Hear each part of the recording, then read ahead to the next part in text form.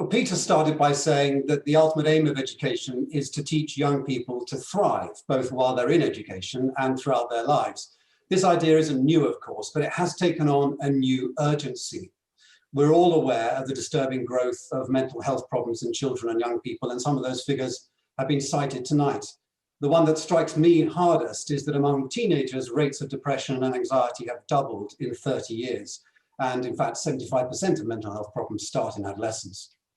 We've also been hearing about the complaints from employers that young people are not equipped to deal with real life. Take this comment, for instance, in 2015 by Anna Marie Neal, the Chief Talent Officer at Cisco Systems, which she made to the authors of Most Likely to Succeed.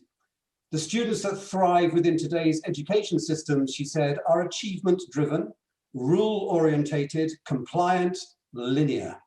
The world of today requires future leaders to be relationship or collaboration-driven, rule-defining, creative and innovative, lateral and polymathic in focus. The gap, she said, is huge.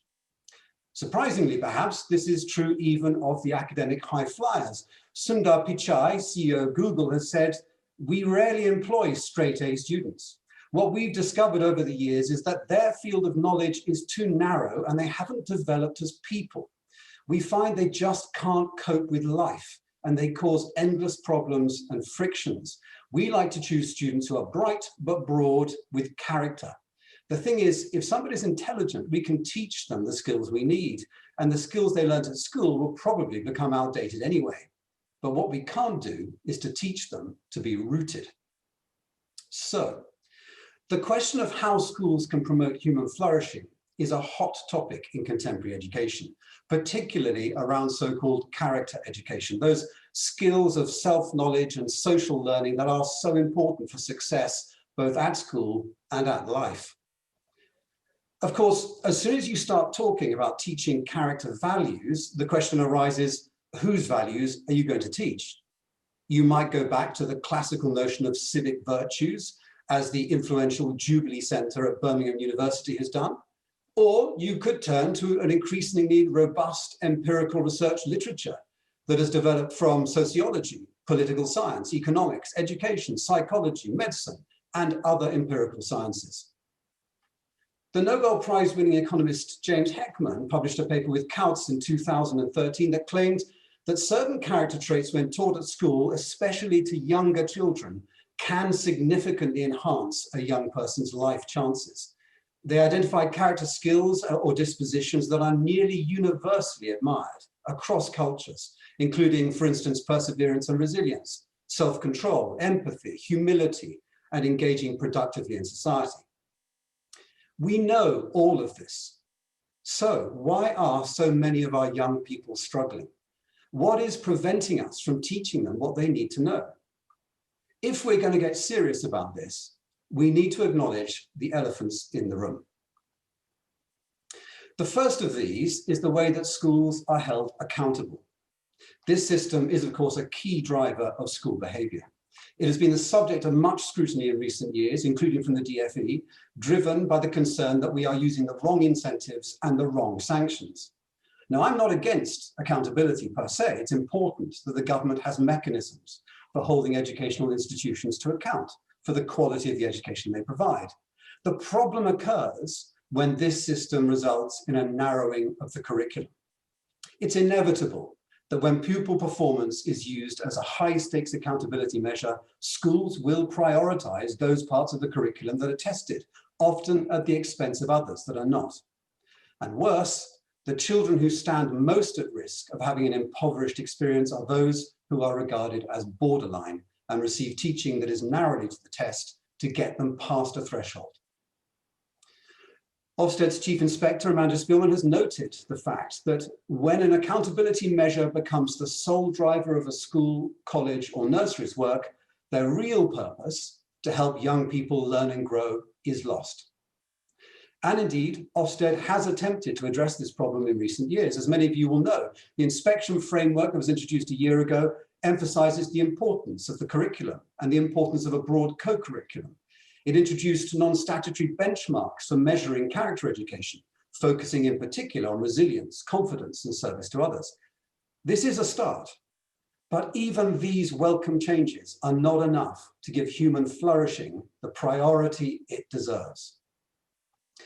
There's a groundswell of opinion among educators that our current system of high-stakes exams, especially during the period around 16 years of age, when young people are emotionally vulnerable, needs to change. Peter mentioned the movement calling itself Rethinking Assessment, which includes senior figures from education. This group is calling for change in how we assess. And they are conducting a horizon scan of assessment systems around the world and will put forward alternatives to our current system of assessment, which we know is one of the drivers of mental ill health in our young. As for the accountability issue, well, it's hardly surprising that schools feel compelled to focus on curriculum areas that have accountability consequences. And in fact, in 2018, the NFER conducted a rapid literature review on the impact of accountability on curriculum, standards, and engagement. As part of that, they reviewed some of the best available evidence on the accountability systems of 6 countries. And one of their recommendations was a further review of horizontal structures that exist to make teachers accountable, not so much to administrative authorities, but to their fellow teachers and school principals, and thus promote a form of professional accountability founded on professional development and collaboration. This brings us to the second elephant in the room. Not all teachers, perhaps not many, are experts at this kind of teaching, and in 2 senses. The first is that knowledge and self-knowledge are required to flourish cannot easily be taught through the normal curriculum.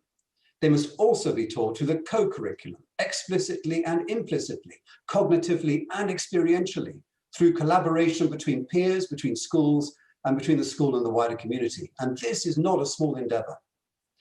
The second reason is that teachers are not all themselves experts in these skills. But consider this. The skills we're talking about are those that enable each of us to know who we are, to understand why we think and behave in the ways that we do, to know how to change those habits of thought and behavior if we want to. These are skills that enable us to build authentic, trust-based, flourishing relationships. And living these skills means taking full ownership for our own behavior and the impact we have on others. It also means knowing how to stay healthy, mentally, physically, and spiritually. How many of us can claim that we have ourselves mastered these skills? But imagine the impact it would have on our pupils and on our profession if we were to do so. Ideally, this sort of expertise would not be confined to a small group of teachers who've been trained up, leaving the rest outside the circle. All teachers would need to learn these skills because they need to inform the ethos of a whole school. And one of the most powerful ways they are taught is by modeling. So teachers need to be willing to facilitate and be alongside pupils, learning with them. And that's a role some are uncomfortable with. So right now, within the education system, we don't have the capacity to teach these skills. A third elephant in the room is that there's a tension between the ideal I've just described and making the shift necessary to get there. We're not going to get to a place where schools are teaching fully developed curricula and life skills in a context where these values are modeled by the adults within a few months. But we need to start making progress on it. We can't just decide that the issue is too difficult and give up. We can start by teaching everyone a baseline. If we create some experts, the less expert can partner with them to learn, creating peer-to-peer support within schools and horizontal networks of support between schools. And longer term, it would need to become a part of teacher training. A fourth elephant from this family of elephants is that we need to make time for this teaching and learning in the curriculum. If time is scarce, these skills need to be given their due priority. And if that sounds unlikely, we need to change our priorities and take the teaching of these skills more seriously. They're not just a nice to have, they are crucial for pupils' personal and professional flourishing. Some try to argue that there's yet another elephant. We can't make these skills central to children's education, they say, because they are hard to measure. How will we know when we've taught them successfully, they ask? Well, leaving aside the fact that some of the most important things in education are hard to measure, and the absurdity of the claim that if we cannot measure something, it's not worth teaching, the truth is we have access to robust measures for a wide range of these skills. For example, the Harvard Human Flourishing Program has developed a measurement approach to human flourishing based around 5 central domains: happiness and life satisfaction, mental and physical health, meaning and purpose, character and virtue, and close social relationships. We do know how to measure these things. These are skills that enable us to lead flourishing lives. They are skills that form the foundation for how we lead both ourselves and others successfully. We will hear in a moment from Elke Edwards, who's an expert in this field and knows from her own experience that these are the skills that can help young people to go on to lead extraordinary lives. We owe it to the next generation to empower them with these skills. Knowing what we know, it's vital that these skills are given the highest importance within our education systems.